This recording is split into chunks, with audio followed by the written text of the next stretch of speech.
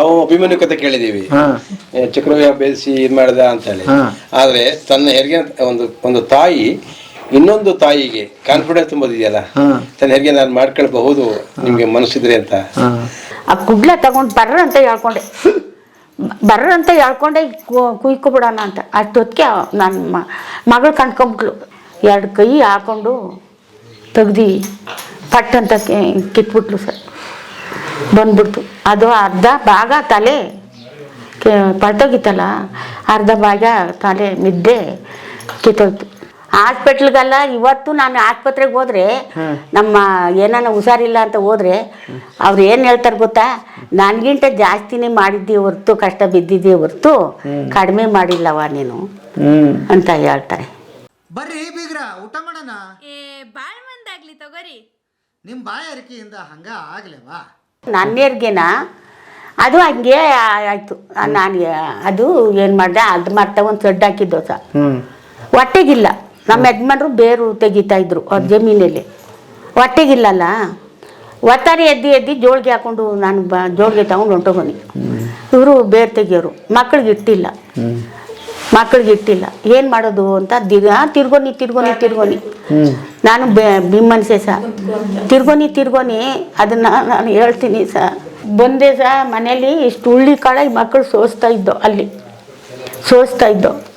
ನಾನು ಒಂದು ಸೇರು ರಾಗಿ ಈಸ್ಕೊಂಡು, ಯಾರೋ ಒಂದು ಸೇರು ರಾಗಿ ಕೊಟ್ಟರು, ಈಸ್ಕೊಂಡು ಬಂದೆ. ನಮ್ಮ ಯಜಮಾನ್ರು ಬೇರೆ ತೆಗಿತಾಯಿದ್ರು. ಆಮೇಲೆ ನೋಡ್ತಾಯಿದ್ರು ನನ್ನ. ನೋಡಿ ಒಂದು ಸೇರು ರಾಗಿ ಬಂದೆ. ಈ ಮಕ್ಕಳನ್ನ ಬೀಸಿ ಅದನ್ನು ಕಲ್ಲದೆ ರಾಗಿ ಕಲ್ಲು ಬೀಸ್ರವ ಅಂದೆ. ಬೀಸ್ತಾಯಿದ್ರು. ಅವ್ವ ನನಗೆ ಹೊಟ್ಟೆ ಸಿಗ್ತದೆ ಕಣವ, ಯಾಕೋ ಅದು ರಾಗಿ ಬೀಸ್ಬಿಟ್ಟು ಇಷ್ಟು ನಿಂಬ ರೊಟ್ಟಿ ಸುಟ್ಕೊಡ್ರವ ನನಗೆ ಅಂತ ಅಂದೆ ನಾನು. ಈ ಮಕ್ಕಳು ಅವಳು ಹಿರೇ ಮಗಳು ಬೀಸ್ತಿದ್ಲು. ನನಗೆ ಹೊಟ್ಟೆ ನೋವು ಜಾಸ್ತಿ ಆಗೋಯ್ತು. ನಾನೇನು ಮಾಡಿದೆ, ಅಯ್ಯೋ ಹೊಟ್ಟೆ ನೋವು ಜಾಸ್ತಿ ಆಯ್ತಲ್ಲ, ನಮ್ಮ ಅವ್ವನೂ ಇಲ್ಲ, ಯಾರೂ ಇಲ್ಲ, ಇಲ್ಲಿ ಒಂಟೆ ಮನೆ ಅಲ್ಲ, ಯಾರು ಇಲ್ಲ. ನನ್ನ ತಂಗಿ ನೋಡಿದ್ರೆ ಆ ಕಡೆ ಹೊಂಟೋದ್ಲು, ನನಗೆ ಯಾರೂ ಇಲ್ವಲ್ಲ ಅಂತ ನಾನು ಮನಸ್ಸಲ್ಲಿ ಮಾಡಿಕೊಂಡೆ ಮಾಡಿಕೊಂಡು ಅದೇನಾಯಿತು ಅಂತಂದ್ರೆ ನೀರು ಹೊಡ್ಕೊತು. ಯಾಕೆ ತಂದೆ ಒಂದು ಹೇಳ್ತೀನಿ ನಾನು, ನೀರು ಹೊಡ್ಕೊತು. ನಾನೇನು ಮಾಡಿದೆ, ಹೆರಿಗೆ ಆಗೋಯ್ತದೆ ಅಂತ ನಾನು ತಿಳ್ಕೊಂಡಿದ್ದೆ ತಿಳ್ಕೊತ್ಲಿ ಒಂದು ಕಾಲು ಬಂದ್ಬಿಡ್ತು. ಒಂದು ಕಾಲು ನನಗೆ ಬಂದ್ಬಿಡ್ತು ಬಂದ್ಬಿಟ್ರೆ ಇಲ್ಲೋ ಕೈ ಹಾಕಿ ನೋಡಿದ್ರೆ ಒಂದೇ ಕಾಲು ಬಂದ್ಬಿಟ್ಟದೆ. ಏನು ಮಾಡೋದು, ಯಾರು ಇಲ್ವಲ್ಲ ಅಂತ ನಾನು ಅಂದೆ. ಆಮೇಲೆ ನನ್ನ ಯಜಮಾನ್ರು ಒಂದು ರೇಡಿಯೋ ಮಾಡಿಕೊಂಡು ಅವ್ರಿಗೆ ಒಂಥರ ಕೈಕಲ್ ಆ ಕಲ್ಲು ಮೇಲೆ ಕೂತ್ಕೊಬಿಟ್ರು. ನಾನು ಹೇಳಿ ಸಾಕಾಯ್ತು. ಯಾರನ್ನ ಯಾರು ಬರ್ತಾರೆ ಕತ್ಲೆಯಲ್ಲಿ, ಆನೆಯಲ್ಲಿ ಯಾರು ಬರ್ತಾರೆ, ಯಾರು ಬರಲ್ಲ ಅಂತ ಅಂದ್ಬಿಟ್ರು. ಇದಕ್ಕೆ ಒಂದು ಕಾಲಿಗೆ ಹಗ್ಗ ಹಾಕಿಸ್ಕೊಂಡೆ ಮಕ್ಕಳ ಕೈಲಿ. ಕಾಲಿಗೆ ಒಂದು ಗಳ ಮರ ಅದಕ್ಕೆ ಒಂದು ಹಗ್ಗ ಹಾಕಿಸ್ಕೊಂಡೆ. ಈ ಕಾಲ ಎತ್ತಿ ಅದ್ರ ಮ್ಯಾಕೆ ಹಾಕೊಂಡೆ. ಈ ಕಾಲ ಹಗ್ಗದ ಮೇಲೆ ಹಾಕೊಂಡೆ ಹಾಕೊಂಡು 2 ಕೈ 2 ಕೈನು ಇದ್ ಕಡೆ ಒಂದು ಕೈ ಅದ್ ಕಡೆ ಒಂದು ಕೈ ಹಾಕೊಂಡೆ. ದೇವ್ರಂಗೆ ಹೇಳ್ತಾ ಇದ್ದೀನಿ ಆಮೇಲೆ ಹಾಕೊಂಡು ಒಬ್ರದ್ದು ಇದು ಮಾಡೋಕ್ಕಾಗಲ್ಲ. ಕಾಲ ಒಳಕ್ಕೆ ತೊಳಿದ್ದು ಇನ್ನೊಂದು ಕಾಲ 2 ಕಾಲು ಬಂದ್ಬಿಟ್ಟು ಈಚೆ 2 ಕಾಲು ತೆಗೆದ್ಬಿಟ್ಟೆ. 2 ಕಾಲು ಈಚೆಗೆ ಬಂದ್ಬಿಟ್ಟು 1 ಕಾಲು ಬಂದಿದ್ದು 2 ಕಾಲು ತಕ್ಕೊಬಿಟ್ಮೇಲೆ ಕಷ್ಟ ಬಿದ್ದೆ ಬೇಕಾದಷ್ಟು ಕಷ್ಟ ಬಿದ್ದೆ ಆಮೇಲೆ 1 ಕೈ ತಗೊಂಡೆ. 1 ಕೈ ತಗೊಂಡು ತಿರ್ಗಾ ಅದೆಲ್ಲ ಕಷ್ಟ ಬಿದ್ದು ಇನ್ನೊಂದು ಕೈ ತಗೊಂಡೆ. ಅಲ್ಲಿಗೆ 2 ಕೈ 2 ಕಾಲು ಬಂದ್ಬಿಟ್ಟು ಇಲ್ಲಿಗೆ ತಗ್ಲಾಕೊಬಿಡ್ತು ಇಲ್ಲಿಗೆ ತಗ್ಲಾಕೊಬಿಡ್ತು. ಇಲ್ಲಿ ತಗ್ಲಾಕೋತು ಬೇಕಾದಷ್ಟು ಮಾಡಿದೆ ಬೇಕಾದಷ್ಟು ಮಾಡಿದೆ. 3 ದಿವಸ 4 ದಿವಸ ಓಡಾಡೋದೇ ಆಗೋಯ್ತು ನಂದು. ಓಡೋಗೋದು ಆ ಬೈಲೆಲ್ಲ ಓಡಾಡೋದು. ಈ ಮಕ್ಕಳು ಅಯ್ಯೋ ಯವ್ವ ಬಿದ್ದೋಗ್ಬಿಡ್ತಿ ಕಣವ ಬಿದ್ದೋಗ್ಬಿಡ್ತಿ ಅಂತ ಹೇಳೋದು. ಈ ಮಕ್ಕಳು ಅಂತ್ಯದೊಳಗೆ ಬಿದ್ದೋಯ್ತದೇನೋ ಸಡ್ಲಾಗಿ ಬಿದ್ದೋಯ್ತದೇನೋ ಅಂತ ಓಡಾಡೋದು ಕಾಲ ಅಗಲ ಮಾಡ್ಕೊಂಡು ಓಡಾಡೋದು ಬಿದ್ದೇ ಹೋಗಿಲ್ಲ. ಅದು ಬಿಡಲೇ ಇಲ್ಲ 4 ದಿವಸ ಆಗೋಯ್ತು. ನಿನ್ನ ಸತ್ತೋಗ್ಬಿಡ್ತೀನಿ ಎಲ್ಲ ಅಂದ್ಬಿಟ್ಟು ನಾನು ಹೇಳಿದೆ ನಮ್ಮ ಯಜಮಾನ್ರಿಗೆ, ನೀನು ಆ ದೇಶದಿಂದ ಈ ದೇಶಕ್ಕೆ ನಮ್ಮಪ್ಪ ಬೇಡ ಅಂತ ನಮ್ಮ ತಾಯಿ ನಮ್ಮಪ್ಪ ಹೇಳಿದ್ರು. ಅಲ್ಲಿ ಯಾರೂ ಇಲ್ಲ ಹೋಗ್ಬೇಡ ಅಂತ ಹೇಳಿದ್ರು. ನೀನು ಕರ್ಕೊಂಬಂದ್ಬಿಟ್ಟೆ.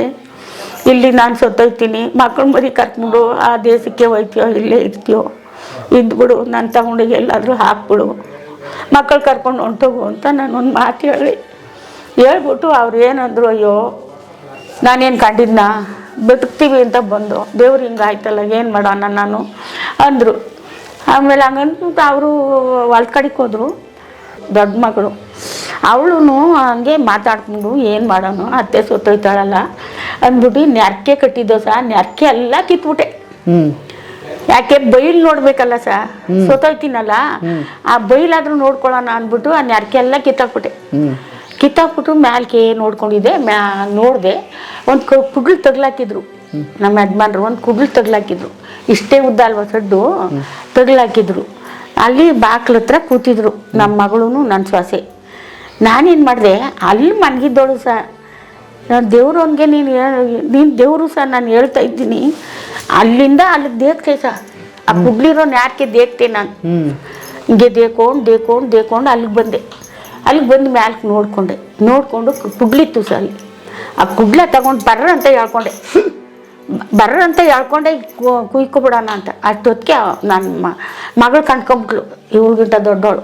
ಅಯ್ಯೋಯ್ಯೋ ನೀನು ಸೊತ್ತೋಗ್ಬಿಡ್ತಾಳೆ ನಮ್ಮವ್ವ, ಕತ್ ಕುಯ್ಕೋತಾಳಲ್ಲ ಅಂತ ಆ ಕುಡ್ಲ ಕಿತ್ಕೊಬಿಟ್ರು. ಮೇಲೆ ಸಂಧೆ ಆಗೋಯ್ತು.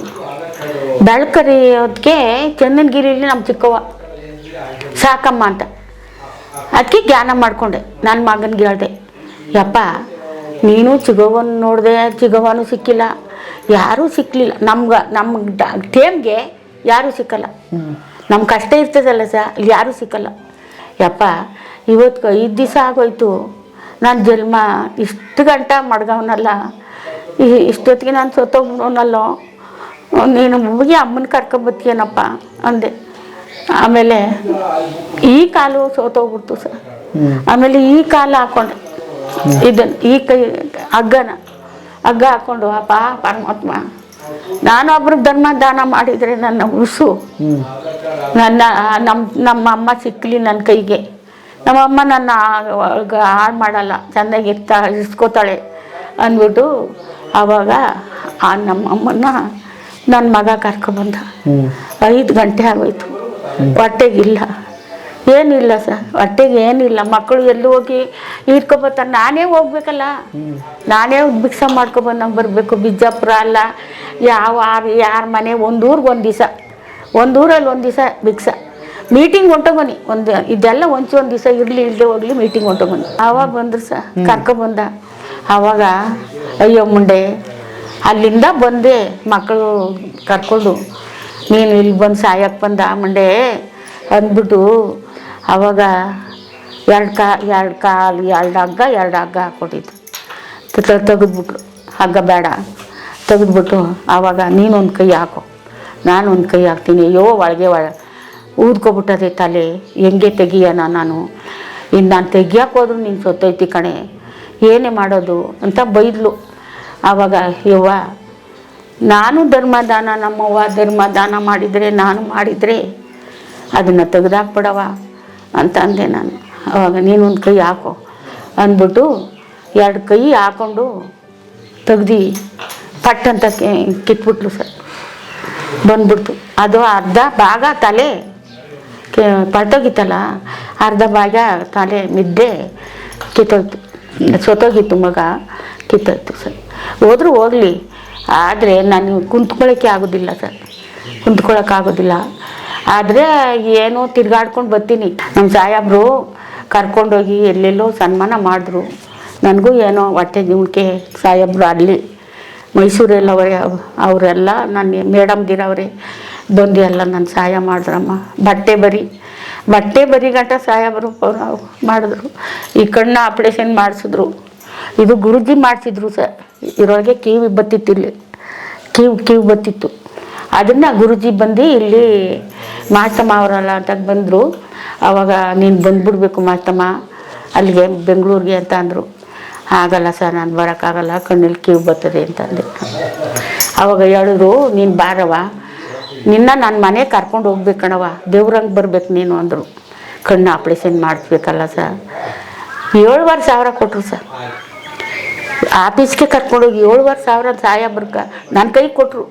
ಸಾಹೇಬ್ರ ಕೈ ಕೊಟ್ಟೆ. ಸಾಹೇಬ್ರು ತಗೊಳ್ಳಿಲ್ಲ, ಅವ್ರ ಮಗ ಜಾಗ ಅವ್ರ ಕೈ ಕೊಟ್ಬಿಟ್ರು. ಅಲ್ಲೇ ಕೊಟ್ಬಿಟ್ರು, ಯಪ್ಪ ಅಮ್ಮನ ಕರ್ಕೊಂಡೋಗಿ ಮೈಸೂರಿಗೆ ಹೋಗಿ ಕಣ್ಣು ಆಪ್ರೇಷನ್ ಮಾಡಿಸ್ಬಿಡಪ್ಪ ಅಂತ. ಅಲ್ಲಲ್ಲೇ ನಾನು ಕೊಟ್ಟರು. ನಾನು ನಮ್ಮ ತಂದೆ ಕೈ ಕೊಟ್ಟೆ, ಅವ್ರು ತೆಗೆದು ಮಗನ ಕೈ ಕೊಟ್ಟರು. ಅವ್ರು ಮಾಡಿಸಿದ್ರು.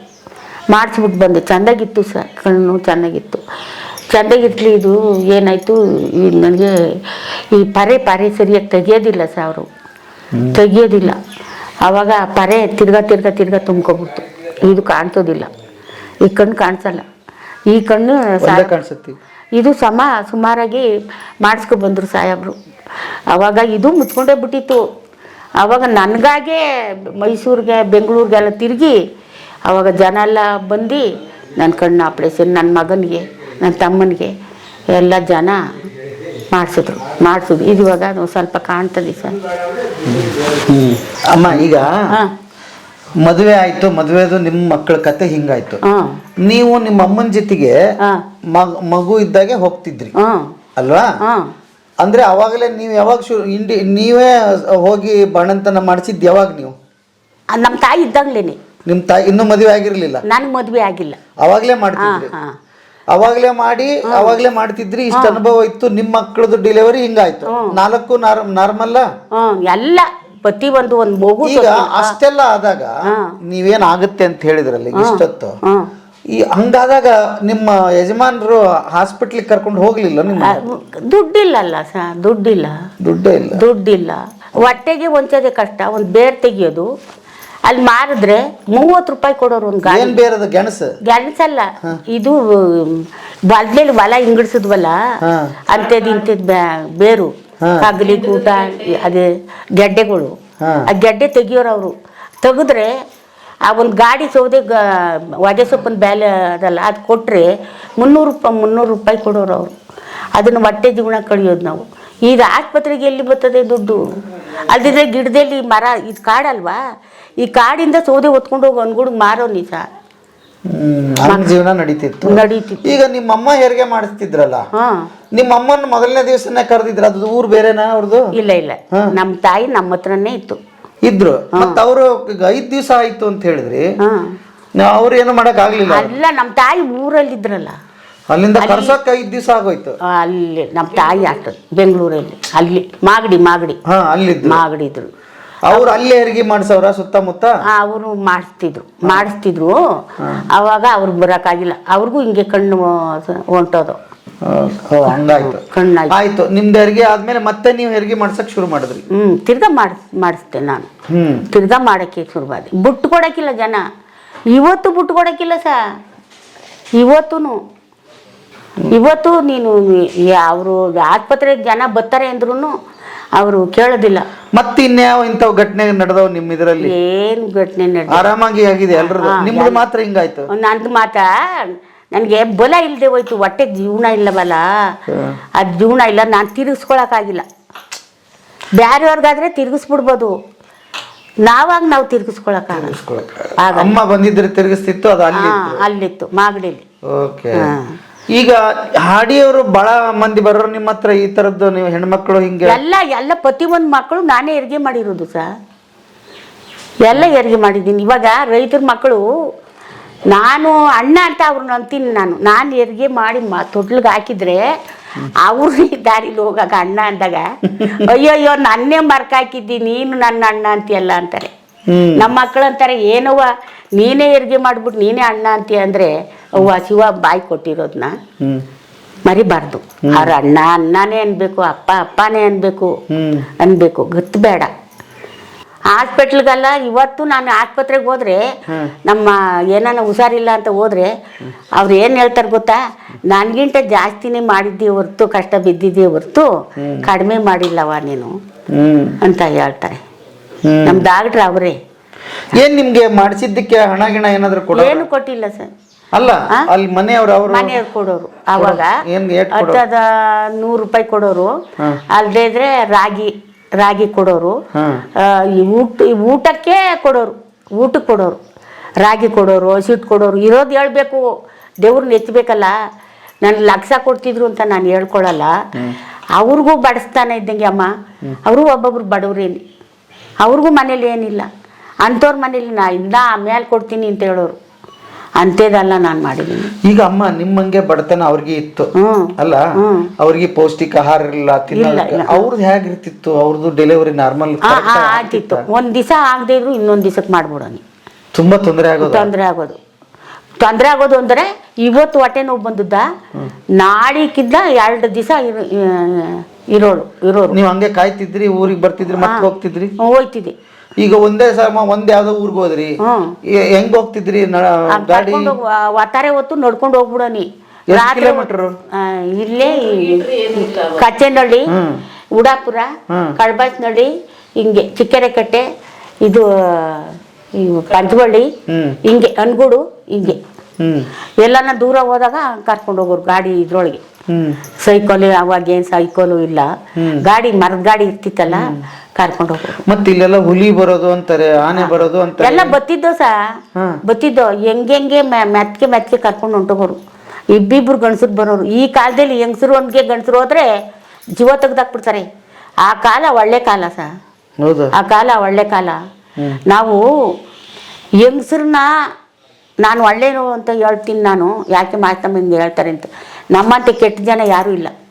ನೀವು ಇದ್ದೀರಲ್ಲ ಒಳ್ಳೆ ಜನ. ಗಂಡಸರು ಅಂದರೆ ನಾನು ಹಂಗೆ ಬೈಯೋದು. ಯಾಕಮ್ಮ? ಹೌದು ಗಂಡಸರು ದೇವ್ರಂತೆ ಮನುಷ್ಯರು. ಹೆಂಗಸ್ರು ಅವರಲ್ಲ ಕೆಟ್ಟ ಮನುಷ್ಯರು ಸತ್ಯವಾಗ್ಲು ನಾನು ಹೇಳ್ತೀನಿ. ನನ್ನ ಪರಮಾತ್ಮ ನಾನು ನೋಡಿ ಅಲ್ಲಿ ಶಿವ ಕೂತವನೇ, ನಾನು ಹೇಳೋದು ಅಷ್ಟೇ. ಹೆಂಗದು? ಯಾಕೆ ಕೆಟ್ಟವರು?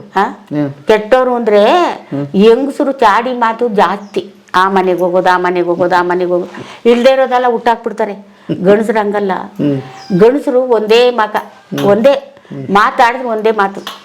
ಒಂದ್ ಮಾತಾಡ್ಕೊಂಡು ಮನೆಗೆ ಬಂದ್ರೆ ಅವ್ರು ಏನು ಮಾಡೋಕ್ಕಾಗಲ್ಲ. ಹೆಂಗಸ್ರವ್ರಲ್ಲ ಅಲ್ಲೂ ಮಾತ ಅದು ಹೋಗ್ಬಿಡ್ತದೆ ಬೆಟ್ಟಕ್ಕೆ. ಹೆಂಗಸ್ರಂತೆ ಜನ ಈ ದೇಶದಲ್ಲೇ ಇಲ್ಲ. ಹಂಗೆ ಹೇಳ್ಕೊಂಡು ದೇಶದಲ್ಲೇ ಇಲ್ಲ ನಾನು ಹೇಳೋದು ಅಷ್ಟೇ. ಈಗ ನೀವು ಮಾಡಿದ ಕೆಲಸಕ್ಕೆ ಪ್ರಶಸ್ತಿಗಳು ಕೊಟ್ರು, ಬರೀ ಪ್ರಶಸ್ತಿ ಕೊಟ್ರ, ದುಡ್ಡು ಗಿಡ್ಡು ಏನಾದ್ರು ಕೊಟ್ರ? ಯಾರಾದ್ರು ಕೊಟ್ರು ಕೊಟ್ರು ಅದು ಇದನ್ನೆಲ್ಲ ಕೊಟ್ಟಿದ್ರು. ನಾನು ಏನು ಮಾಡ್ಬಿಟ್ಟೆ ಅಂತ ಅಂದರೆ, ಈ ಮನೆಯಲ್ಲೆಲ್ಲ ಕೂಡಾಕೊಬಿಟ್ಟೆ. ಒಬ್ಬ ಇವಳು ಅಕ್ಕ ಅವಳೆ ತಂಗಿ ಮಗಳು ಬ್ಯಾಲ್ಕುಪ್ಪೆ ಕೊಟ್ಟಿದೆ. ಅವಳು ಗಂಡ ಅವಳು ಬಿಮ್ಮನ್ಸೆ ಇಲ್ಲಿ ಕರ್ಕೊಬಂದ್ಬಿಟ್ಟೆ. ಅವಳಿಗೆ ಏರ್ಗೆ ಆಗೋಯ್ತು. ಅವನೇನು ಮಾಡ್ಬಿಟ್ಟ, ಇಲ್ಲಿ ಬಂದು ಮಗ ನೋಡಕ್ಕೆ ಬಂದ್ಬಿಟ್ಟನು. ನಾನು ಅವತ್ತು ಮೀಟಿಂಗು ಅಂತ ಅದು ಹೊಂಟೋದೆ. ನಾನು ನಮ್ಮ ಯಜಮಾನ್ರು ನಾನು ಯಾರೋ ಔಷಧಿ ಕೊಟ್ಟಿದ್ದೆ, ಅಲ್ಲೊಂದು 5 ಸೇರು ರಾಗಿ ಕೊಟ್ಟರು, ತಗೊಂಡು ಹೊಂಟೋದೆ. ಇವಳು ಏನು ಮಾಡವನೇ, ಹೋಗಪ್ಪ ನಿಮ್ಮ ಊರಿಗೆ ಅಂತ ಅಂದೋದಕ್ಕೆ ಅವನು ಹೋಗಲಿಲ್ಲ. ನಾಳೆ ಹೋಗ್ತೀನಿ ಅಂತ ಹೇಳ್ಬಿಟ್ಟೆ. ಅವನು ಹೊಂಟೋಗಿದ್ರೆ ಅವ್ನು ಸಾಯ್ತಿರ್ಲಿಲ್ಲ. ಇವನೇನು ಮಾಡ್ದ, ಸೌದೆ ಈ ಕಾಡಿಗೆ ಸೌದೆಗೆ ಹೋದ. ನೀರು ಗೌರಿ ಹಬ್ಬ ಹೋಗಿ ಏನೋ ಗಾಡು ಬಂದ್ಬಿಟ್ರು ಅಂತ ನೀರೊಳಗೆ ಬಿದ್ದುಬಿಟ್ಟ, ಸತ್ತೋದ. ಅದು ಅವತ್ತೇ ಸತ್ತೋದ 5 ಗಂಟೆಗೆ.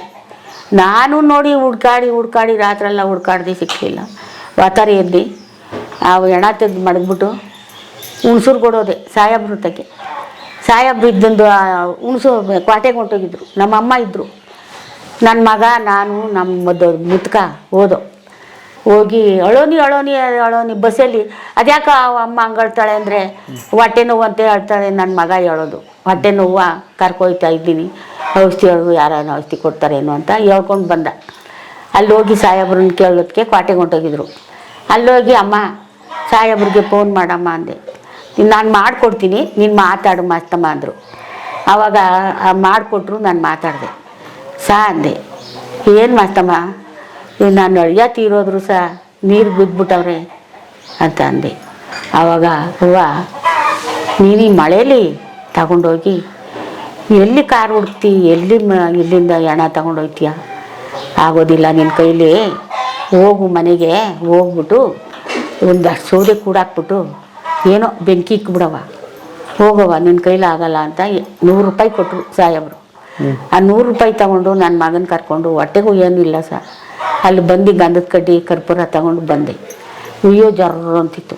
ನಮ್ಮ ಯಜಮಾನ್ರಿಗೆ ಕಾವಲೆ ತಾವು ಆನೆ ಕಾವಲೆ ತಾವು ಹಾಕೊಂಡು ಕುಂತಿದ್ರು. ಆವಾಗ ಜನ ಎಲ್ಲ ಕರ್ಕೊಂಡೋಗಿ ಅವಾಗ ಎತ್ಕೊಬಂದು ಯಾರು ಸೂಟಾಕ್ತೆ. ಆ ಮಗ 3 ತಿಂಗಳ ಮಗ 3 ತಿಂಗಳಾಗಿತ್ತು ಆ ಮಗ.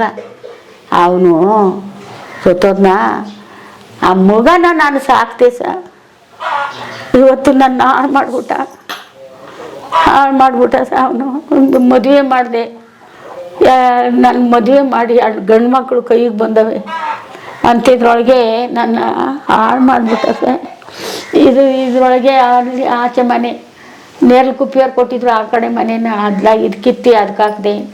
ಆ ಮನೇಲಿ ಇದ್ದ ಇಲ್ಲೆಲ್ಲ ಓಡಾಡ್ಕೊಂಡಿದ್ದ. ನನ್ನ ಕಣ್ಣು ಆಪ್ರೇಷನ್ ಆಯಿತು ಅಂತ ಕರ್ಕೋದ್ರು ಸಾಹೇಬ್ರು, ಬೀರೊಡ್ದಾಕ್ಬಿಟ್ರು. ಅದ್ರೊಳಗೆ ಇದ್ದಿದ್ದು ಸನ್ಮಾನ ಕೊಟ್ಟಿದ್ರಲ್ಲ ಅದೆಲ್ಲ ಎತ್ತಿ ಏನೇನೋ ಮಾಡಿಬಿಟ್ರು ಅದಕ್ಕಾಗಿ ನನ್ನ ಹೊಡಿಯೋಕ್ಕೆ ಬರೋದೆ ಎಲ್ಲ ಮಾಡೋದೆ. ಅವಳು ಎಡ್ತಿನೇ ಹೊಡಿತಾಳೆ ನನಗೆ. ಅದಕ್ಕೆ ನೋಡಿ ಅವತ್ತು ಎಲ್ಲ 3 ದಿವಸ ಇಟ್ಟಿಲ್ಲ ನನಗೆ. ಅದಕ್ಕೆ ಅವ್ನು ಮಡಗಿರೋ ಸಾಮಾನೆಲ್ಲ ತಗೊಂಡೋಗು. ನಾನೇ ಹೇಳ್ದೆ, ನನ್ನ ಮಗ ಹೇಳಕ್ಕೆ ಬರಲ್ಲ ಏನೂ ಹೇಳಕ್ಕೆ ಬರಲ್ಲ. ಅಲ್ಲಿ ಅದಕ್ಕೆ ಕಬ್ಬಣ ಬಡ್ದ್ಬಿಟ್ಟು ಮೇಲೆ ನಾನು ಬಂದು ಮನೇಲಿ ಮನಿಕೊಂಡೆ ಆ ಕಡೆ ಒಪ್ಪರ್ಲೆಲೆ ಮನಿಕೊಂಡು 3 ದಿವಸ ಊಟಕ್ಕಿಲ್ಲ ಅಂತೆ. ಮಕ್ಕಳು ಹಂಗೆ ಇದ್ರಿ ಯಾಕೆ ಸಾಕಿ ಅಪ್ಪ ಇಲ್ಲ ಅಂತ ಸಾಕಿದೆ. ನನ್ನ ಮಗಳು ಇಲ್ಲೇ ಇದ್ಲು. ಆ ಫೋಟೋ ತಗೊಳ್ಳವ ಅಲ್ಲದೆ ನೋಡಿ ಅಲ್ಲಿ ಆ ಕಡೆ ನಿಂತವಳಲ್ಲ ಅವಳ ಮಗ. ಸನ್ಮಾನನೂ ಆಗಿದೆ, ಅವಮಾನನೂ ಆಗದೆ ಆಯ್ತು ಯಜಮಾನ್ರು ತೀರೋದ್ರು ಎಷ್ಟು ವರ್ಷ ಆಯ್ತು? ಆಗ್ಲೇ 8-9 ವರ್ಷ ಆಯ್ತಲ್ವಾ? ಜಾಸ್ತಿ ಆಯ್ತು.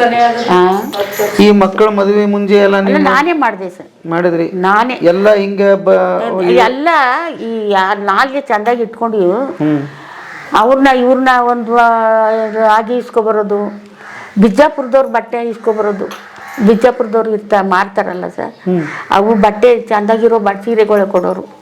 ಅವೆಲ್ಲ ತಗೊಂಡು ನಾನು ಈ 4 ಮಕ್ಳಿಗೂ ಮದುವೆ ಮಾಡಿದ್ದೀನಿ ಹೆಣ್ಮಕ್ಳಿಗೆ 4 ಮಕ್ಳಿಗೂ ಮಾಡಿದೆ.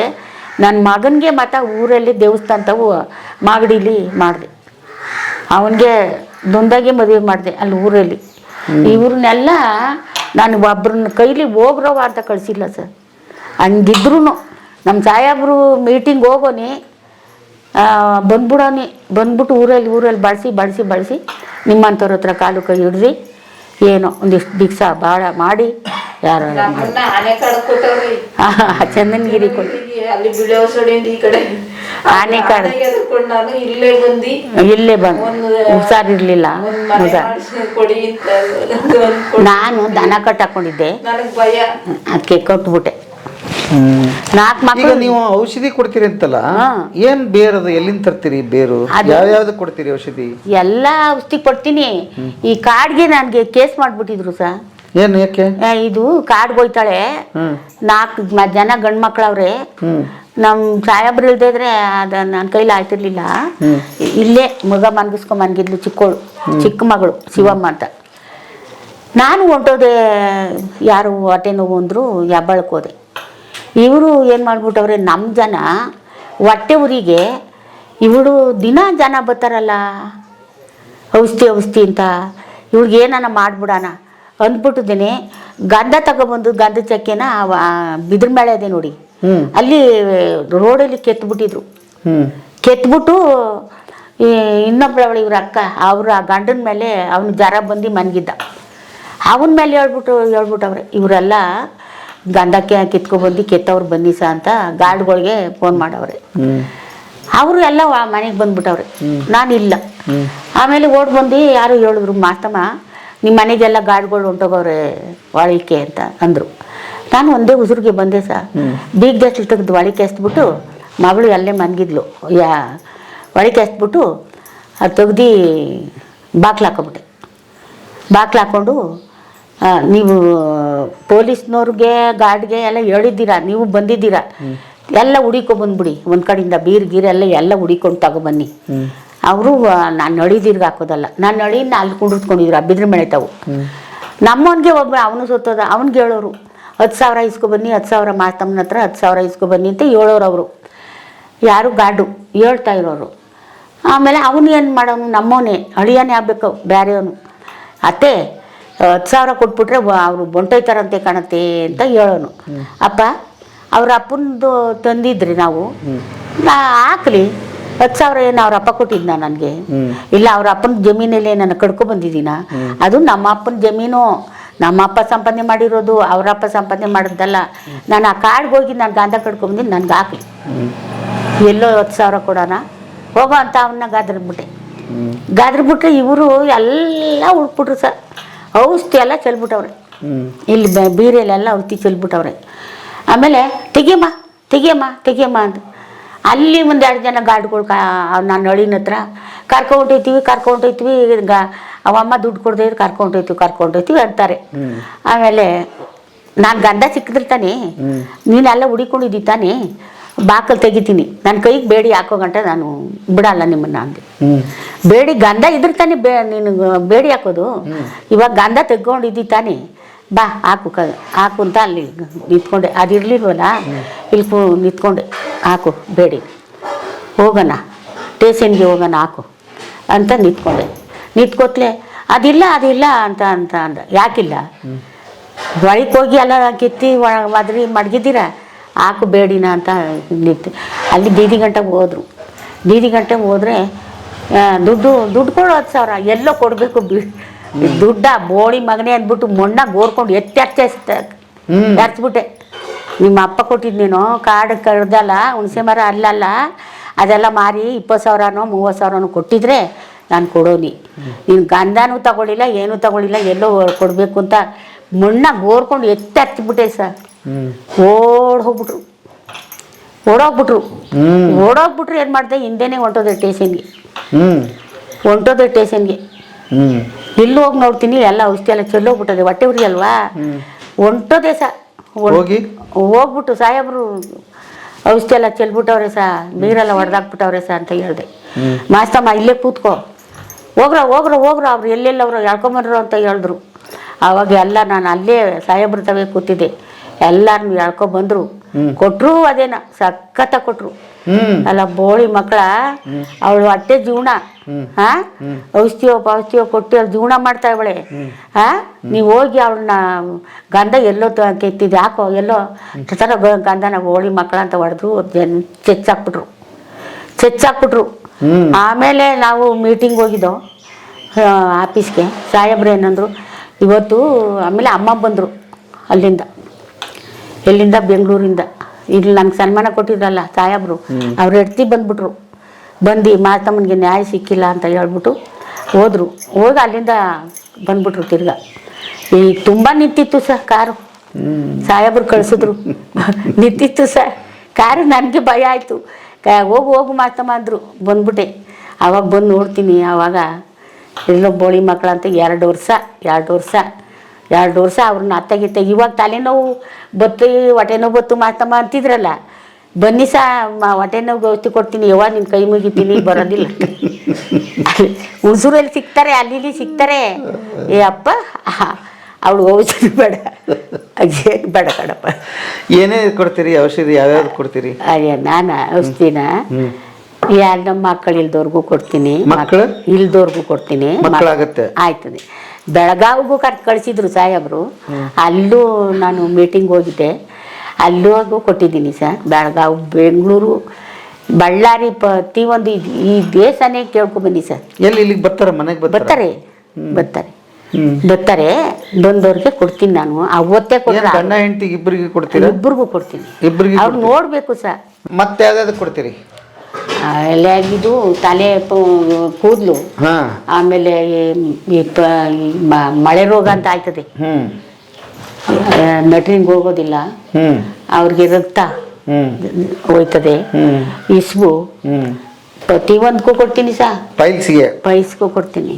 ಅದು ಕುಡಿಯೋದೆ, ಇನ್ನೇನು 1000 ಗಿವ್ರಕ್ಕೆ ಹೋಗೋದಿಲ್ಲ. ಎಲ್ಲೆಲ್ಲೋ ಗಿಂಗ್ಳೂರ್ ಗಂಟ ಬಂದು ತಗೊಂಡೋಯ್ತಾರೆ.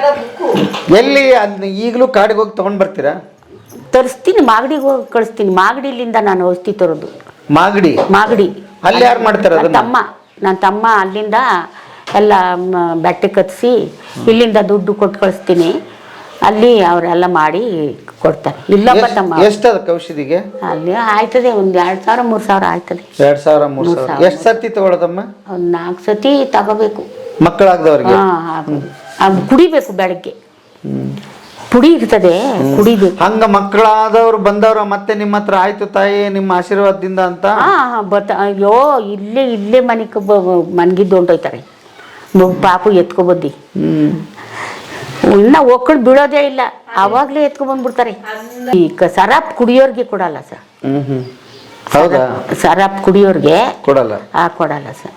ಯಾಕೆಂದ್ರೆ ಹೀರೆ ಸೊತೋಗ್ಬಿಡ್ತದೆ ಸರ್. ಹೌದಾ? ಹೌದು ಸರ್. ಡಾಕ್ಟ್ರೇ ನಗ್ತಾರೆ ನಾನು ಹಂಗಂದ್ರೆ. ಅಯ್ಯೋ ಮಾಸ್ತಮ್ಮ ಹೌದಾ ಅಂತ ಹೇಳ್ತಾರೆ. ಇಲ್ಲ ಸ ಅದು ಕುಡ್ದು ಹೀರಿಯ ಸೊತ್ತೋಗ್ಬಿಡ್ತದೆ ಸ ಅಂತ ಅಂದರೆ ಅವ್ರು ನಗ್ತಾರೆ ನನಗೆ. ನನ್ನ ನೋಡಿ, ಅಯ್ಯೋ ಮಾಸ್ತಮ್ಮ ನೀನು ಅದೆಲ್ಲ ಗೊತ್ತಾಗ್ಬಿಟ್ಟದ ನಿನಗೆ, ಓದೇ ಇಲ್ಲ ಮತ್ತೆ ಹೆಂಗ್ ಗೊತ್ತಾಯ್ತು ನಿಮ್ಗೆ ಅಂತಾನ? ಅದೆಲ್ಲ ನಮ್ಮ ತಾಯಿ ಅದೇ ಹೇಳ್ಕೊಟ್ಟಿತ್ತು. ಅದು ಏನು ಮಾಡ್ತದೆ ಸರ್, ಎಲ್ಲ ಕುಡ್ದು ಎಲ್ಲ ಸೌದಿ ಅದು ಪಚ್ಚಿ ಆಗ್ಬಿಡ್ತದೆ. ಕುಡಿಬಾರ್ದು. ನೀವು ಔಷಧಿ ಕೊಟ್ರೆ ಮತ್ತೆ ಸರಿ ಹೋಗುತ್ತೆ? ಅದು ಔಷಧಿ ಬೇರೆ ಕೊಡ್ಬೇಕು, ಜಾಸ್ತಿ ಕೊಡ್ಬೇಕು ಅವ್ರಿಗೆ.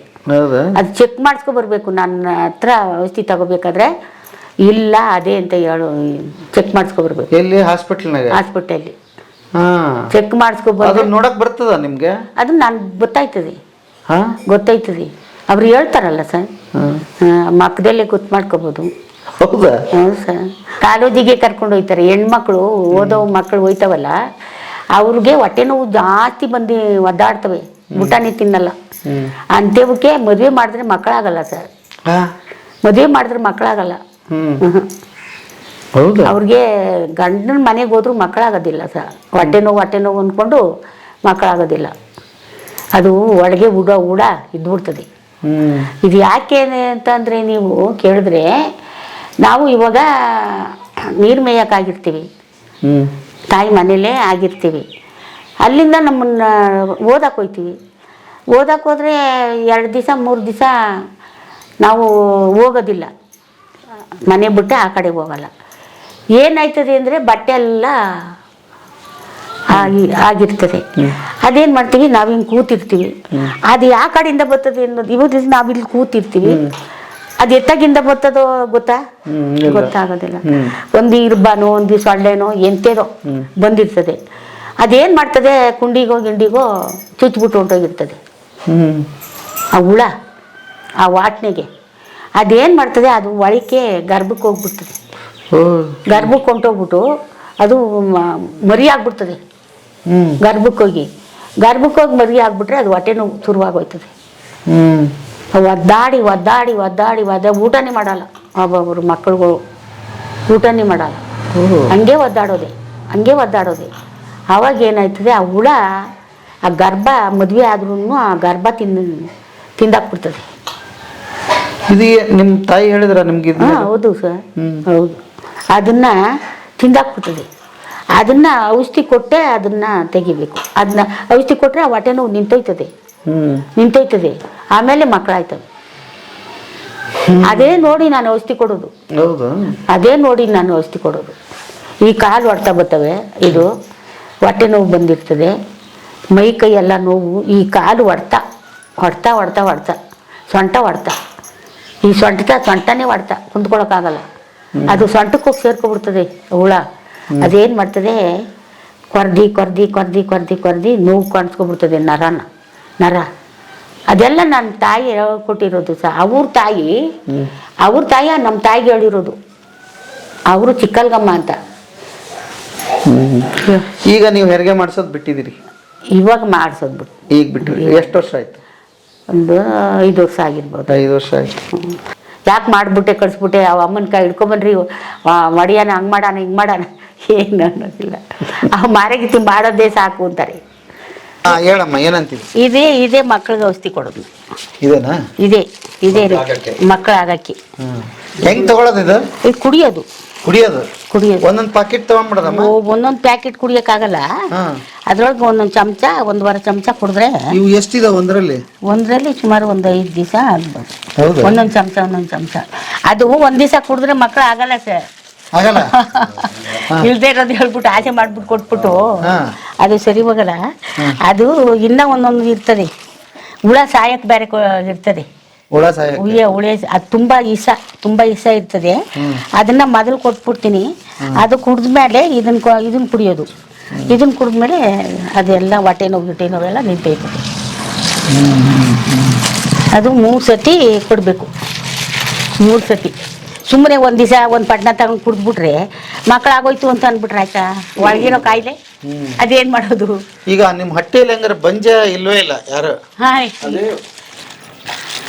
ಬೈ ನೇಚರ್ ಮಗು ಆಗಲ್ಲ ಅಂದಾಗ ಯಾರು ಏನ್ ಮಾಡ್ತಾರೆ? ಅದು ಅದನ್ನೇನು ತೋರಿಸಿದ? ಅದು ಎಣ್ಣೆ ಮೈಗೆ ಸವರೋದು, ಮೈ ನೋಯ್ತದಲ್ಲ ಅದಕ್ಕೆ ಅದು ಸವರೋದು. ಮಳೆ ರೋಗ ಅಂತ ಹೇಳ್ದನಲ್ಲ ನಾನು, ಇದು ಮೈಕೈ ನೋವಿಗೆ. ಇಲ್ಲಿ ನೋಡಿ, ಕೀಲ್ ನೋವು. ಇದು ಈ ಮಳೆ ರೋಗ ಅಂತಾರಲ್ಲ, ಮೂಲವ್ಯಾಧಿ. ಎಷ್ಟು ಕುಡಿಬೇಕಮ್ಮ ಇದು? ಅದನ್ನ 1 ಚಮಚ ಕುಡಿಬೇಕು, 2 ಚಮಚ ಕುಡಿಬೇಕು 3 ದಿವಸ ಸಾಕು, ಹೋಗೇ ಬಿಡ್ತದೆ. ಹೋಗೇ ಬಿಡೋದಿಲ್ಲ. ಅದು ತುಂಬಾ ಕುಡಿಬೇಕು. ಅರ್ಧ ಕುಡಿದ್ರೆ ಹೋಯ್ತು. ಎಷ್ಟಮ್ಮ ಇದು? ಅದು ಆಯ್ತದ 200 ರೂಪಾಯಿ. 200 ರೂಪಾಯಿ. ಓಕೆ. ಹಿಂಗು ಮೂಲವ್ಯಾಧಿಗೆ, ಇದು ಮೈಕೈ ನೋವಿಗೆ. ಅದೆಲ್ಲ ಅದು ಕುಡಿದ್ರೆ ಬಾತ್ರೂಮ್ಗೆ ಹೋಗ್ತಾ ಇರ್ಬೇಕು. ಹೌದಾ? ತಗೊಡ್ಬೇಕು. ಪಂಚಕರ್ಮದಲ್ಲಿ ಮಾಡ್ತಾರಲ್ಲ ಹಂಗೆ. ಈಗ ಪಂಚಕರ್ಮ ಹೆಂಗ್ ಮಾಡ್ತಾರೆ ಗೊತ್ತಾ? ಈಗ ಕುಡ್ದಾಗ ಹೊಂಟೋಗ್ಬಿಡ್ಬೇಕು. ಕುಡಿತಾರೆ, ಒಂದು ಅರ್ಧ ಗಂಟೆ ಇದ್ಬಿಟ್ರೆ ಬಾತ್ರೂಮ್ಗೆ ಹೊಂಟೋದ್ರೆ ಅದ್ರ ರಕ್ತ ಗಿಕ್ತ ಏನು ಉಳಿಯೋದಿಲ್ಲ. ಅದು ಇಷ್ಟು ಕಾತ್ರ ಮುಂಡೆ ಹಂಗೆ ತಗ್ಲಾಕೊಂಡ್ಬಿಡ್ತದೆ ಒಳಗಿಂದ. ಅದು ಏನ್ ಮಾಡ್ತದೆ, ಇದು ಕುಡ್ದಾಗ ಹೊಂಟೈತದೆ. ಅದು ರಕ್ತ ಗಿಕ್ತ ಎಲ್ಲ ಬಟ್ಟೆ ಬರಿ ಎಲ್ಲ ಮಾಡ್ಕೊಬಿಡ್ತಾರೆ. ಅದು ಕುಡಿದ್ರೆ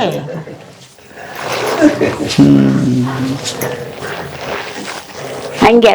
ಅದು ಕೊಬ್ಬರಿ ಯಾವ ಎಣ್ಣೆ ಹಾಕ್ತೀರಿ? ಕೊಬ್ಬರಿ ಎಣ್ಣೆ ಹಚ್ಚಳೆಣ್ಣೆ ಸರ್. ಹಚ್ಚಳೆಣ್ಣೆ, ಕೊಬ್ಬರಿ ಎಣ್ಣೆ ಹಾಕಿದ್ರಾಗಲ್ಲ, ಹಚ್ಚಳೆಣ್ಣೆ ಹಾಕ್ಬೇಕು. ಹಚ್ಚಳೆಣ್ಣೆ ಇದು ಕೊಬ್ಬರಿ ಎಣ್ಣೆ 2 ಹಾಕಿದ್ರೆ ಹೊಂಟೋಯ್ತದೆ. ಆಮೇಲೆ ಇದು ಕೈ ಎಣ್ಣೆ ಸರ್, ಕೈ ಎಣ್ಣೆ ಅದು 3 ಹಾಕ್ಬೇಕು. ಅಕ್ಕಿ ಹಾಕಿ ಮಾಡಿರ್ತೀರಾ ನೀವು? ಅದು ಹಾಕಿ ಮಾಡ್ತೀವಿ. ಅದು ಕುಡಿದ್ರು ಏನು ತಂಟೆ ಏನಾಗೋದಿಲ್ಲ. ಆಹಾರ ಭಾಗನೇ ರಕ್ತ ಹೋಯ್ತಾ ಇದ್ರು ನಿಂತೋಯ್ತದೆ. ಉರಿ ಕಾಣಿಸ್ಕೊಬಿಡ್ತದೆ ಒಬ್ಬೊಬ್ಬರಿಗೆ. ಬಿಸಿಲು ಬರ್ತದೆ ನೋಡಿ, ಗಾಡಿ ಹೊಡಿಯೋರು ಜೀವ ಬಿಟ್ಬಿಡ್ತಾರೆ. ಬೇಕಾದ್ ಬರ್ಲಿ ಬಿಡಮ್ಮ, ನಿಮ್ಗೆ ಬಂದಿತ್ತಲ್ಲ ತೊಂದ್ರೆ. ಅದು ಜಗತ್ತಿನಾಗ ಅದ್ರ ಮುಂದೆ ಯಾವ ನೋವು ಇಲ್ಲಿ ಹೋಗಲ್ಲ. ಅದು ಗೆದ್ದಾರಲ್ಲ ನೋಡ್ರಿ, ಒಂದು ಸಭೆಯಲ್ಲಿ ಸರ್ ಅದನ್ನ ಎಕ್ಸ್ಪ್ಲೈನ್ ಮಾಡ್ಸಕ್ಕೆ ಕರ್ಸಿದ್ರು ಅಂತ ಇವ್ರನ್ನ ಸಭೆಯಲ್ಲಿ. ಹೇಗೆ ತನ್ನ ಮಗುನ ಹೆರಿಗೆ ತಾನೇ ಮಾಡ್ಕೊಂಡು ಅದನ್ನ ನಿಮ್ಮ ಎಕ್ಸ್ಪೀರಿಯನ್ಸ್ ಶೇರ್ ಮಾಡಿ ಅವಕಾಶ ಕೊಟ್ಟರು ಮೈಸೂರು ಒಂದು ಮಹಿಳಾ ಸಂಘಟನೆಯಿಂದ. ನಾವೇ ಧನ್ಯರು ಆ ಕತೆ ಕೇಳಿದ್ವಲ್ಲ. ಈಗ ನಮಗೂ ಅವಕಾಶ ಮಾಡಿಕೊಟ್ರಿ ಅಲ್ವಮ್ಮ? ನಮಗೂ ಅವಕಾಶ ಮಾಡಿಸ್ಕೊಡ್ತೀನಿ. ಅದು ಅಪರೂಪದ, ನಾವು ಅಭಿಮನ್ಯು ಕತೆ ಕೇಳಿದೀವಿ, ಚಕ್ರವ್ಯೂಹ ಬೇಯಿಸಿ ಇದ್ ಮಾಡ್ದ ಅಂತ ಹೇಳಿ. ಆದ್ರೆ ತನ್ನ ಹೆರಿಗೆ ಒಂದು ತಾಯಿ ಇನ್ನೊಂದು ತಾಯಿಗೆ ಕಾನ್ಫಿಡೆನ್ಸ್ ತುಂಬೋದಿದೆಯಲ್ಲ, ತನ್ನ ಹೆರಿಗೆ ನಾನು ಮಾಡ್ಕೊಳ್ಬಹುದು ನಿಮ್ಗೆ ಮನಸ್ಸಿದ್ರೆ ಅಂತ. ಅದು ನೋಡಿ ಹೆಂಗೆ ಆ ನೋವಿನ ಜೊತೆಗೆ ಆ ಟೆಕ್ನಾಲಜಿನೂ ಬಳಸಿ ಇನ್ನೊಬ್ಬರಿಗೆ ಸಹಾಯ ತಗೊಳ್ಳೋದು ಮಗು ಚಿತ್ರಿಸೋದು. ನಾನು ಸತ್ತೋದ್ರು ನಮ್ಮ ಅಪ್ಪ ನನ್ನ ಮನೇಲಿ ಇರ್ಲಿ ಅಂತ ಮಾಡಿಕೊಂಡಿದ್ದೀನ ಇಲ್ವಾ ಸರ್? ಅಲ್ಲ ನೀವು ನಿಜ. ನಾನು 2 ದಿವಸದಿಂದ ನೋಡ್ತಾ ಇದ್ದೀನಿ, ಎಲ್ಲರ ಮನೆಗೂ ದೇವ್ರೇ ಅವರು, ಎಲ್ಲರಿಗೂ ದೇವ್ರೇ. ಅಲ್ಲ ಸರ್, ಅವರು ದೇವ್ರೇ ಸರ್, ದೇವ್ರೇ. ಇವಾಗ ನಾನು ಸತ್ತೋಗ್ಬಿಡ್ತೀನಿ, ನಾನು ಸತ್ತೋದ್ರೆ ನನ್ನ ಮನೇಲಿ ನಮ್ಮಪ್ಪ ಇರಬೇಡ್ದ? ನಮ್ಮ ದೇವರು ಇಲ್ವಾ ಸರ್? ಹೊಂಟೋಗ್ಬಿಟ್ರೆ ನಾನು ಹೊಂಟೋಗ್ಬಿಟ್ರೆ ಅಲ್ವಾ ಸರ್? ಅವರಾದ್ರೂ ಇದ್ರೆ ನನ್ನ ನೋಡ್ಕೋತಾರೆ ಅಲ್ವಾ? ದೇವ್ರೇ ಸಾಹೇಬ್ರೆ ಬನ್ನಿ ಸರ್, ಕುತ್ಕೊಳ್ಳಿ. ಇದು ನಿಮ್ಮ ಚೇರ್. ಈಗ ಅಷ್ಟು ಪುಣ್ಯ ನೀವೇ ತಗೊಂಡೋಗ್ಬಿಟ್ರೆ ಹೆಂಗ ಅಂತ ಅಲ್ಲ, ಅವ್ರವ್ರು ಮಾಡಿರೋ ಕೆಲಸಕ್ಕೆ ಆ ಪುಣ್ಯ ಅವ್ರಿಗೆ ಸಿಗ್ತದೆ. ನಮ್ಗೇನು ಬಿಡ್ಲಿ ನೀವು, ಎಲ್ಲ ಪುಣ್ಯ ನೀವೇ ತಗೊಂಡಿರಿ. ಇಲ್ಲ ಸರ್, ಸಾಧ್ಯ. ಯಾಕೆಂದ್ರೆ ನಾನು ಇವರೊಬ್ಬರೇ ಅಲ್ಲ, ನಿನ್ನೆಯಿಂದ ನೋಡ್ತಾ ಇದ್ದೀನಿ. ಹೌದು ಸರ್, ಹೌದು ಸರ್. ಸೋಷಿಯಲ್ ವರ್ಕ್ ಪ್ರಿನ್ಸಿಪಲ್ ಅಲ್ಲಿ, ಅಂದರೆ ಸಮಾಜ ಕಾರ್ಯದ ಒಂದು ಪ್ರಿನ್ಸಿಪಲ್ ಅಲ್ಲಿ ಏನಂದರೆ, ಪ್ರತಿ ವ್ಯಕ್ತಿಯಲ್ಲೂ ಸಾಮರ್ಥ್ಯ ಇದೆ. ಆ ಸಾಮರ್ಥ್ಯ ಅವ್ರಿಗೆ ನನಗೆ ಈ ಸಾಮರ್ಥ್ಯ ಇದೆ ಅಂತೇಳಿ ಅವ್ರು ಮನವರಿಕೆ ಮಾಡ್ಕೋಬೇಕು ಮೊದಲು. ಈಗ ನಾವು ಬೆಳೆಸಿರೋದು ಏನಿಲ್ಲ ಇವ್ರನ್ನ, ಅವರು ಅವ್ರದ್ದೇ ಸಾಮರ್ಥ್ಯ ಇದ್ದರಿಂದ ಅವ್ರಿಗೆ ಇಂಥವ್ರು ಒಬ್ಬರು ಇದ್ದಾರೆ ನೋಡಿ. ಈಗ ನೀವು ಹೆಂಗೆ ಅವ್ರ ಬಗ್ಗೆ ಬೆಳಕು ಚೆಲ್ತಾ ಇದ್ದೀರಿ, ಹಂಗೆ ಬೆಳಕು ಚೆಲ್ಲಿದ ಮೇಲೆ ಅವ್ರದ್ದು ಬಳಕೆ ಎಲ್ಲರಿಗೂ ಆಗಿದೆ ಸರ್. ಹಾಗಾಗಿ ಸೊ 2000 ಮಕ್ಕಳು ಇವ್ರನ್ನ ಇವ್ರು ಹೆರಿಗೆ ಮಾಡ್ಸ್ಯಾರೆ ಅಂತಂದರೆ 2000 ಜೀವಗಳು ಹುಟ್ಟ್ಯಾವೆ, 2000 ಜೀವಗಳು ಉಳಿದವೆ ತಾಯಂದಿರು. ಸೊ ಆ ದೃಷ್ಟಿಯಿಂದ ಅವ್ರು ಮಾಡಿದ ಕೆಲಸದ ಫಲ ಅವ್ರಿಗೆ ಸಿಗಬೇಕನ್ನೋ ಮುಖ್ಯ ಸರ್. ಬಟ್ ನೀವು ಬಂದು ಇವ್ರನ್ನ ಇಂಟರ್ವ್ಯೂ ಮಾಡಿ ಇವರ ಸಾಧನೆಗಳು, ಇವರ ಕಷ್ಟಗಳನ್ನು ನೀವು ಆಲಿಸಿದ್ದು ಹೊರ ಜಗತ್ತಿಗೆ ನೀವು ಇವ್ರ ಬಗ್ಗೆ ತಿಳುವಳಿಕೆ ಕೊಡ್ತೀರಿ. ಈಗ ಸೊ ಇನ್ನೆಷ್ಟು ಜನ ಮತ್ತೆ ಅಪ್ರೋಚ್ ಮಾಡೋದು ಅದನ್ನೇ ಇರ್ಬೋದು. ಹಾಗೆ ಈ ಹೋರಾಟದ ಬದುಕು ಅಂತ ಹೇಳ್ತಿದ್ದಾರೆ ನಿಮ್ಮ ಜೊತೆ ಯಾವಾಗ ಈ ಹಟ್ಟಿಯಲ್ಲಿ ಇವರು ಈ ಕೇಳೋದು ಕತೆ ಇವರು ಹೋರಾಟಕ್ಕೆ ಬರೋರು. ಹೌದೌದು. ಈ ಅವರು ಏನೇ ಗಿಡಮೂಲಿಕೆ ಔಷಧಿ ಆಗಿರ್ಬೋದು, ಕೃಷಿ ಮಾಡೋರಾಗಿರ್ಬೋದು, ಅಥವಾ ಊರಿನ ಯಜಮಾನ ಆಗಿರ್ಬೋದು, ಅಥವಾ ಕೋಲ್ಕಾರ ಆಗಿರ್ಬೋದು, ಅವರೆಲ್ಲರೂ ಕೂಡ ಈ ನಮ್ಮ ಹೋರಾಟದಲ್ಲಿ ಪಾಲುದಾರರೇ. ಇವರು ಆದಿವಾಸಿ ಮಹಿಳಾ ಸಂಘಕ್ಕೆ ಇವರು ಕೂಡ ಅಧ್ಯಕ್ಷ ಆಗಿದ್ದರು 1-2-3 ವರ್ಷ. ಸೊ ಆ ಬೆಟರ್ ಕಾರ್ಡ್ ಹೋರಾಟದಲ್ಲಿ ಇವರು ಪಾಲುದಾರರು. ಇವರು 6 ತಿಂಗಳು ಕುಂತಾರಲ್ಲಿ, ಬಿಸಿಲು ಮಳೆ ಅಂದನೇ ಏನೋ ಹಾಕದೆ ನಾವು ಕೂತಿದ್ದೀವಿ ಅಲ್ಲಿ 6 ತಿಂಗಳು, ಏನೋ ಗುಣಿಚೀಲ ಹೊದ್ಕೊಂಡು ಹಿಂಗೆ ಮಾಡ್ಕೊಂಡು. ಸೊ 6 ತಿಂಗಳು ಕುಂತ್ಕೊಳ್ಳೋದಿದೆಯಲ್ಲ ಒಂದು ಶಾಂತಿಯುತವಾಗಿ, ಅದು ಇವರೆಲ್ಲ ಮನಸ್ಸು ಮಾಡಿದ್ರೆ ಸಾಧ್ಯ. ಈಗ ಆ ಅಧ್ಯಕ್ಷನ ಭೇಟಿ ಮಾಡ್ತೀವಿ ಈಗ ಆಫೀಸಲ್ಲಿ. ಹರ್ಷ ಅವರು ಆ ಕಾಲದಲ್ಲಿ ಬುಡಕಟ್ಟು ಕೃಷಿ ಸಂಘದ ಅಧ್ಯಕ್ಷ ಆಗಿದ್ದರು. ಅವರ ಟೈಮಲ್ಲಿ ಆಧಾರ್ ನಡೆದದ್ದು. ಸೊ ಹಾಗಾಗಿ ಇವರೆಲ್ಲರೂ ಕೈ ಹಾಕಿದ್ದಾರೆ ಅದಕ್ಕೆ. ನಮ್ಮ ಹೆಸರು ಹರ್ಷ ಅಂತೇಳಿ ಸರ್. ನಮ್ಮದು MG ಗಿರಿಜನ ಅಡಿಲಿ ನೈಬೇಲೆ ಅಂಗಡಿ ನಡೆಸ್ತಾ ಇದ್ವಿ. ಮತ್ತು ಈಗ ಒಂದು 13 ವರ್ಷದಿಂದ ನೆಳಕುಪ್ಪೆನೂ ಸುಧಾ 2 ಸೊಸೈಟಿ ಮಾಡ್ತಾಯಿದ್ದೀನಿ. ಅದರಲ್ಲಿ 2 ಸೊಸೈಟಿಯಿಂದ ಒಟ್ಟು 800 ಫಲಾನುಭವಿಗಳಿದ್ದಾರೆ. ಏನೇನು ಕೊಡ್ತಾರೆ ಈಗ ಸರ್? ಮೊದಲು ಗೋಧಿ ಮತ್ತು ಸಕ್ಕರೆ ಅದೆಲ್ಲ ಬರ್ತಿತ್ತು. ಈಗ ಕೊಡ್ತಾ ಇರೋದು ರಾಗಿ ಮತ್ತು ಅಕ್ಕಿ ಕೊಡ್ತಾವ್ರೆ. ಅದರಲ್ಲಿ ಒಬ್ಬ ವ್ಯಕ್ತಿಗೆ ಒಂದು ಕಾರ್ಡಲ್ಲಿ 5 ಜನ, 2 ಜನ, 3 ಜನ ಇದ್ದರೆ ಅದರಲ್ಲಿ ಒಬ್ಬ ವ್ಯಕ್ತಿಗೆ ಕೇಂದ್ರ ಸರ್ಕಾರದಿಂದ 5 kg ಅಕ್ಕಿ ಕೊಡ್ತಾವ್ರೆ. ಮತ್ತು ರಾಜ್ಯ ಸರ್ಕಾರದಿಂದ ಅನ್ನಭಾಗ್ಯ ಅಕ್ಕಿ ಅಂತೇಳಿ 5 kg ಕೊಡ್ತಾರೆ ಸಿದ್ದರಾಮಯ್ಯನವರ ಸರ್ಕಾರದಿಂದ. ಒಟ್ಟು ಒಬ್ಬ ಫಲಾನುಭವಿಗೆ 10 kg ಕೊಡ್ತಾರೆ ಸರ್. ಈಗ ಅದರಲ್ಲಿ ಇಬ್ಬರಿದ್ರೆ 20 kg ಸಿಗ್ತದೆ. ಅದರಲ್ಲಿ 3 kg ರಾಗಿ ಮತ್ತು 7 kg ಅಕ್ಕಿ ಕೊಡ್ತಾರೆ. ಈಗ ರಾಗಿ ಕೊಡ್ತಾ ಇದ್ದಾರೆ. ಚೆನ್ನಾಗಿರುತ್ತೆ ಕ್ವಾಲಿಟಿ. ಅದು ಕ್ವಾಲಿಟಿ ಅಂದರೆ ಸರ್ ಒಂದೊಂದು ತಿಂಗಳಲ್ಲಿ ರಾಗಿ ಚೆನ್ನಾಗಿರ್ತದೆ, ಒಂದೊಂದು ತಿಂಗಳಲ್ಲಿ ಸ್ವಲ್ಪ ಮಿಕ್ಸ್ ಇರ್ತದೆ. ಅಂದರೆ ಈ ಕಡೆ ಬೆಳೆಯೋ ರಾಗಿ ಆದರೆ ಚೆನ್ನಾಗಿರ್ತದೆ, ಬೇರೆ ಕಡೆ ಬೆಳೆಯೋ ರಾಗಿ ಈ ಕಡೆ ಬರ್ತದೆ, ಈ ಕಡೆಯಿಂದ ಬೇರೆ ಕಡೆ ಹೋಯ್ತದೆ. ಹಂಗಾಗಿ ಸ್ವಲ್ಪ ಕ್ವಾಲಿಟಿ ಅಷ್ಟಲ್ಲೇ ಕೆಲವು ಸರಿ ಚೆನ್ನಾಗಿರ್ತದೆ, ಕೆಲವು ಸರಿ ಈ ಬೇರೆ ಕಡೆಯಿಂದ ಈಗ ಆಂಧ್ರ, ತಮಿಳ್ನಾಡು ಬೇರೆ ಬೇರೆ ರಾಜ್ಯದಿಂದ ರಫ್ತು ಮಾಡ್ತಾರಲ್ಲ ಅಕ್ಕಿ, ಆಗ ಒಂದು ಸ್ವಲ್ಪ ಅದರಲ್ಲಿ ಜಾಸ್ತಿ ಪೌಡ್ರ್ ಅಂಶ ಇರ್ತದೆ.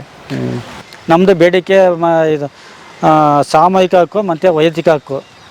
ಅದರಲ್ಲಿ ಸಾಮೂಹಿಕ ಹಕ್ಕು ನಮ್ಮ ಒಂದು 3 ಅಡಿಗೆ ಹುಣಸೂರು ತಾಲೂಕಿನಲ್ಲಿ ಸಿಕ್ಕಿದೆ. ಒಂದು MG ಅಡಿ, ಬೀತರ್ಮಳೆ ಅಡಿ ಮತ್ತು ಕಡೂರು. ಸಾಮೂಹಿಕ ಹಕ್ಕು ಅಂದರೆ ಸರ್ ನಾವು ಮೊದಲು ಕಾಡಿನಲ್ಲಿ ಎಲ್ಲಿ ವಾಸ ಇದ್ದೋ ಅಲ್ಲಿ ನಮ್ಮದು ಸ್ಮಶಾನ, ದೇವಸ್ಥಾನ ಮತ್ತು ನಮ್ಮ ಜಮ್ಮ ಕಾಡು ಅಂದರೆ ದೇವರ ಕಾಡು, ಇದೆಲ್ಲ ಅಲ್ಲಿ ಇತ್ತು. ಅದ್ರಲ್ಲಿ ನಾವು ಗೆಡ್ಡೆ, ಗೆಣಸು, ನಲ್ಲಿಕಾಯಿ, ಜೇನ, ಮೇಣ ಇದನ್ನು ನಾವು ಸಂಗ್ರಹ ಮಾಡಿ ಅದರಿಂದ ನಾವು ನಮ್ಮ ದಿನ ಬಳಕೆಗೆ ಬಳಸ್ತಿದ್ದೋ. ಅದು ಈಗ 72ರಲ್ಲಿ ವನ್ಯಜೀವಿ ಕಾಯ್ದೆ ಬಂದಮೇಲೆ ನಮ್ಮನ್ನು ಕಾಡಿಂದ ಹೊರ ಹಾಕಿದ್ಮೇಲೆ ಟ್ರಂಚ್ ಹೊಡೆದ್ಬಿಟ್ಟು ಒಳಗಡೆ ಯಾವುದಕ್ಕೂ ಬಿಡ್ತಿರ್ಲಿಲ್ಲ. ಒಂದು ಗೆಡ್ಡೆ ಗೆಣಸು ತರಕಾಗಲಿ, ಒಂದು ಸೌದೆ ತರಕಾಗಲಿ, ಒಂದು ಸೊಪ್ಪು ತರಕಾಗಲಿ, ಒಂದು ಗಿಡಮೂಲಿಕೆ ತರಕಾಗಲಿ ನಮ್ಮನ್ನು ಬಿಡ್ತಿರ್ಲಿಲ್ಲ. ಹಂಗಾಗಿ ನಾವು ಕಾಡಿಂದ ಹೊರ ಬಂದಮೇಲೆ ತುಂಬ ಅರಣ್ಯ ಇಲಾಖೆಯವರು ತುಂಬ ತೊಂದರೆ ಕೊಡ್ತಿದ್ರು. ಆಗ ಏನು ಮಾಡ್ದು ಅಂದರೆ ನಮ್ಮ ತಂದೆ ಹಿಂಗೆ ಸ್ವಲ್ಪ ಅಳಬುಗಳೆಲ್ಲ ಬೇರೆ ಕಡೆ ಜೀತ ಪದ್ಧತಿ ಮಾಡಬೇಕಾಗಿತ್ತು.